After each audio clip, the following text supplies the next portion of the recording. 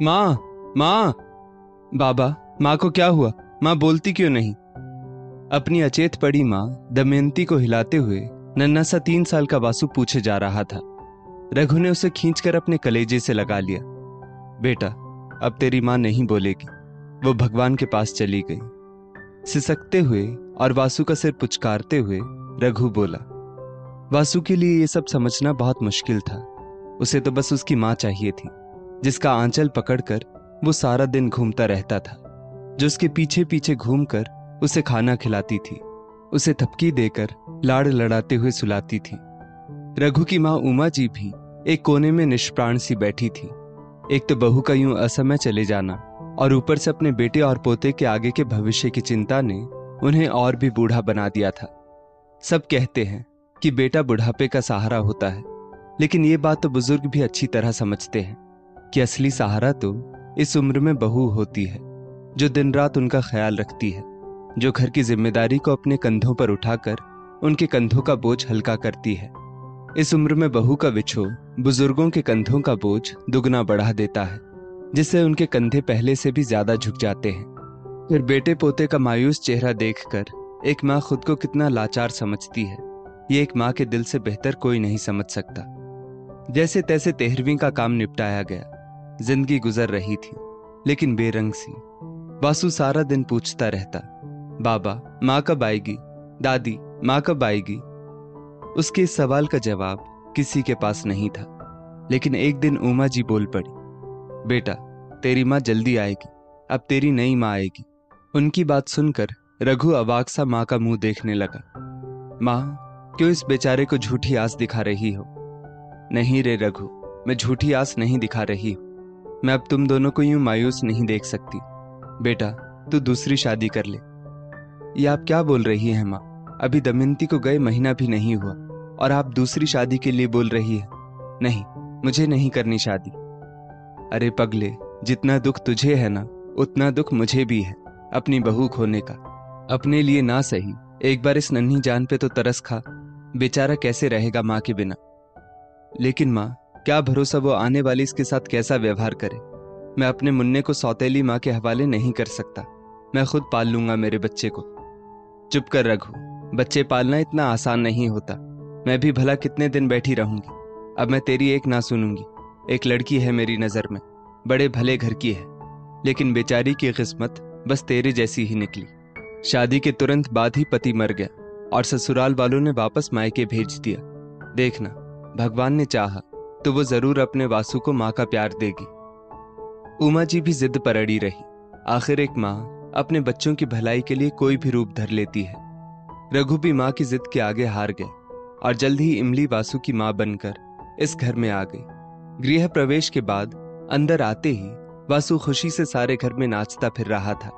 मेरी नई माँ आ गई, मेरी नई माँ आ गई। मुंह दिखाई के वक्त उमा जी ने वासु को इमली की गोद में बैठाते हुए कहा, बहू, अपनी सबसे कीमती चीज मैं तुझे सौंप रही हूं। चाहे मेरी सेवा कर या ना कर, बस इस बेचारे को माँ की ममता जरूर दे देना।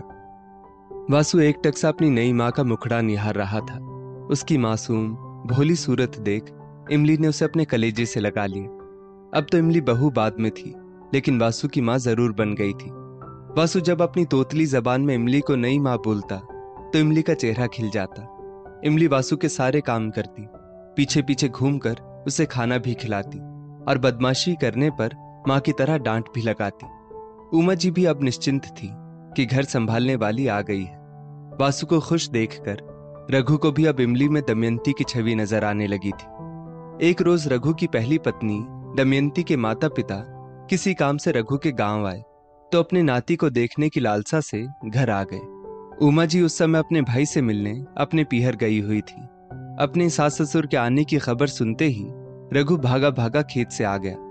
घर आकर देखा तो ससुर रामानंद जी वासु को खुद से चिपकाकर जोर जोर से बोल रहे थे, मेरी बेटी तो बेचारी असमय चली गई, लेकिन हमारे नाती को भी इस घर में दुत्कार मिलेगी तो मैं इसे यहाँ नहीं रहने दूंगा, मैं इसे ले जा रहा हूं। इमली एक कोने में किसी अपराधी की भांति खड़ी सुबक रही थी।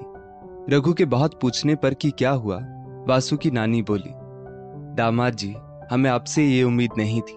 हमारी बेटी को गए कुछ महीने भी नहीं हुए कि आपने दूसरा ब्याह रचा लिया।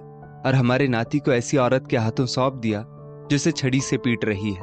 आपको नहीं पता औरतें कितने रूप बदलती हैं, आपके सामने कुछ और, पीछे से कुछ और ही। रघु अवाक सा इमली की ओर देखने लगा। जी वो मैं मार नहीं रही थी, वो बार बार पानी में भीग रहा था तो बस उसे डरा रही थी, सुबकते हुए इमली बोली। रघु जानता था कि इमली और वासु का एक दूसरे से कितना लगाव है और इमली कभी वासु को चोट पहुंचाने की सोच भी नहीं सकती। लेकिन शायद इस समय वासु के नाना नानी कोई सफाई सुनने की स्थिति में नहीं थे। उन्हें तो बस इमली सौतेली माँ ही लग रही थी। रघु से ये कहकर कि हम अपने नाती को कुछ दिन अपने साथ रखेंगे, आखिर हमारा भी तो अपने नाती पर कुछ हक बनता है। रामानंद जी वासु को अपने साथ ले गए। इमली ठगी सी वासु को निहारे जा रही थी, उसकी आंखों से अविरल धारा बहे जा रही थी। वासु भी रो रहा था, लेकिन उसके रोने का सही कारण उस समय उसके नाना नानी को नजर नहीं आया। ननिहाल पहुंचकर भी वासु चुप ना हुआ। बहुत सारे खिलौने और तरह तरह के पकवान भी उसे अच्छे नहीं लग रहे थे। उसकी तो बस एक ही रट थी, नई माँ के पास जाना है, नई माँ के पास जाना है।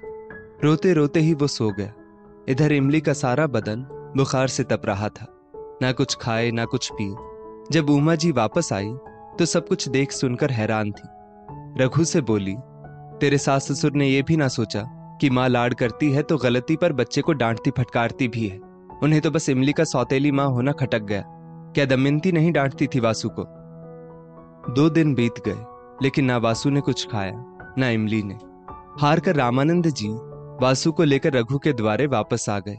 आते ही वासु चिल्लाया, माँ नई माँ। वासु की आवाज सुनते ही जैसे इमली में भी जान आ गई। वो भागती हुई आई और वासु को गोद में उठाकर उसका माथा चूमने लगी। क्यों चला गया था रे तू मुझे छोड़कर? रोते रोते इमली बोल रही थी और वासु उसकी छाती से ऐसे चिपका हुआ था जैसे उसे उसका जहान मिल गया हो। रामानंद जी की आंखें दोनों को देखकर भीग रही थी। रघु और उमा जी भी नम आंखों से माँ बेटे का मिलन देख रहे थे। रामानंद जी ने इमली के सिर पर हाथ रखते हुए कहा, मुझे माफ कर दे बेटी, मेरी आंखों पर पट्टी बंधी थी जो मैं तेरी ममता ना देख पाया। शायद अपनी एक बेटी के मोह में दूसरी बेटी के साथ अन्याय कर रहा था। सदा खुश रह। कहते हुए रामानंद जी विदा होने लगे तो इमली ने रोकते हुए कहा, बाबूजी, बेटी के घर से क्या बिना जलपान किए वापस लौट जाओगे? आप बैठो, मैं अभी आई। रामानंद जी भी पता नहीं किस मोह में बंध कर बैठ गए। शायद उन्हें भी इमली में अपनी बेटी की छवि नजर आ रही थी। दोस्तों, इस स्टोरी को लेकर आपकी क्या राय है?